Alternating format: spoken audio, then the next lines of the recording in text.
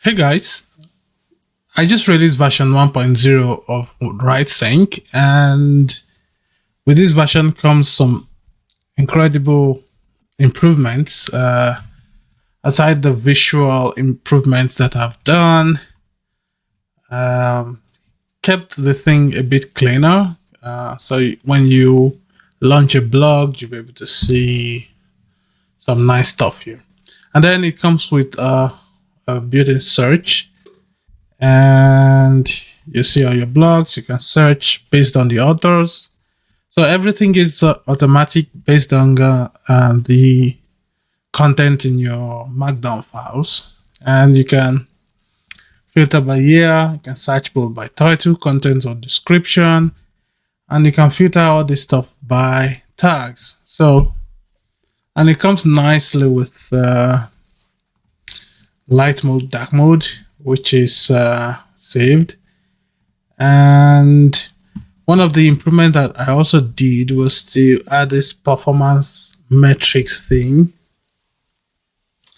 So you can toggle in the settings to show it or not. But in development mode, you're going to see the performance metrics of your page. And yeah.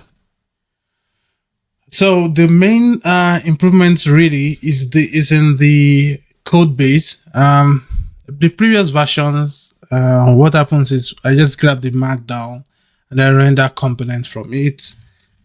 But this one comes with improvements such that we have builder system now, whereby it pre-renders your the components from your Markdown when you run build runner, and it gives it some nice improvements because now a lot of things don't have to be done when you load the page. So we did a good number of work on that. So it comes with a nice builder, and you can see it comes with a blog post builder where it generates blog posts and stuff like that. So it renders all the markdowns when you run build runner, and the build itself, it could take some time, but we have some nice services that helps it to be a bit fast. We have the catch service, and then we have the content processor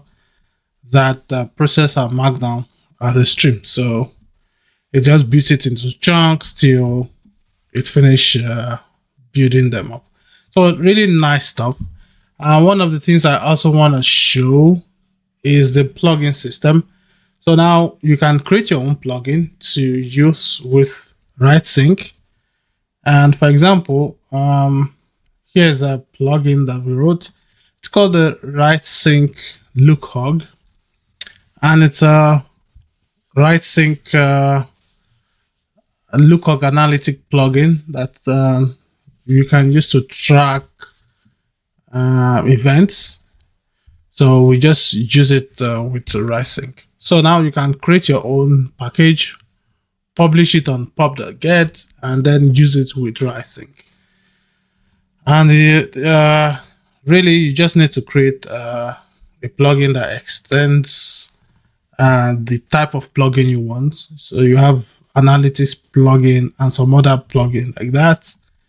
And you can create a schema for how your plugin looks like.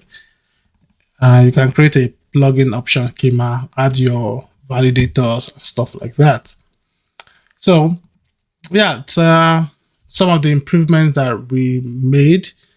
In the next couple of days, I think I'm going to talk more about this plugin, because I think if you can write your own plugin, it will be great. So we have a nice plugin interface here, and we have a base class for the type of plugin you want to write. So if you want to write an analytics plugin, you just extend the analytics plugin.